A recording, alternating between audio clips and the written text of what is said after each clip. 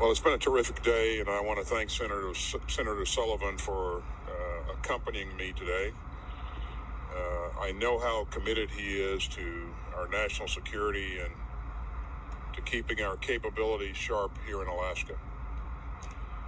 I think the only thing that he cares about more than those capabilities are the men and women serving here and their families. And we had a chance to speak with some of them today, thanking them for their service and for what they do every day to help defend this nation. It is impressive. They are impressive. Now, I also come away from this visit with a few takeaways.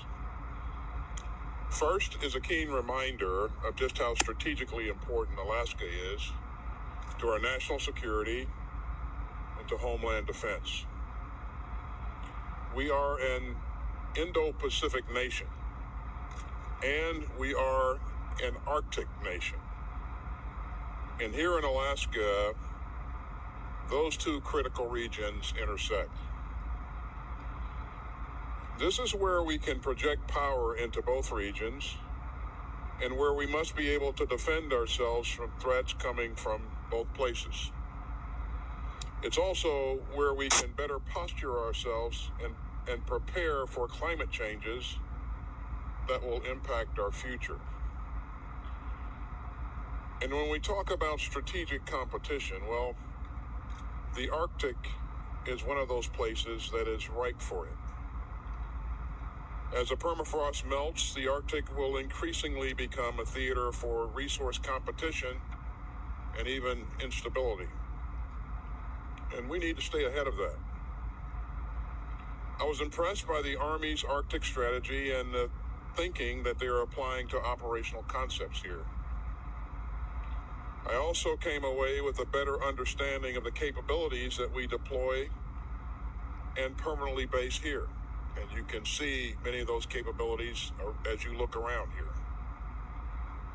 From fifth-generation strike aircraft to integrated air and missile defense and the exceptional training ranges to include the Joint Pacific-Alaska Range Complex, there's a diverse set of options that we can employ, and I intend to make sure that we keep them as lethal and as ready as we can. And that's really the last impression that I took away from my time here, the need for continued readiness and modernization.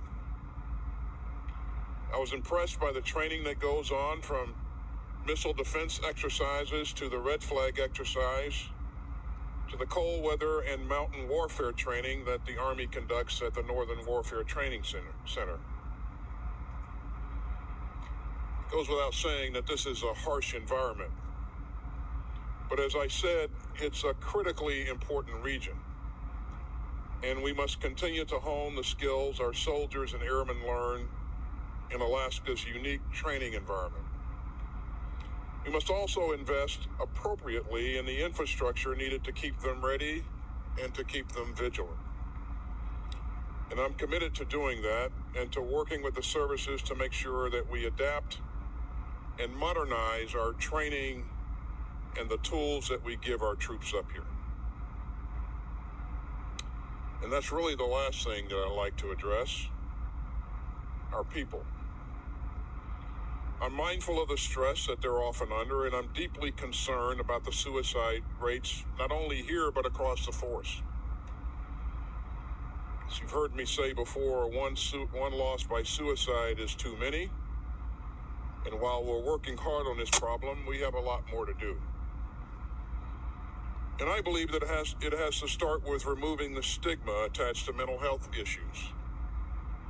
Mental health is health, period.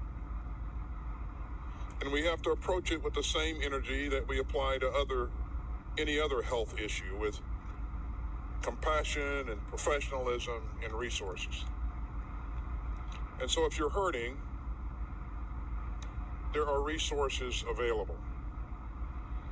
And I know that our leaders here are committed to making those resources even more accessible and available. My first priority is to defend this nation. And I've seen a lot of things today that help us accomplish that goal. But key to achieving it is taking care of our people, taking care of each other. And that was one of my messages to the men and women that I spoke with today. We need to look out for one another. And as I promised, I would be looking out after them in every way possible. And so with that, I'll take some of your questions.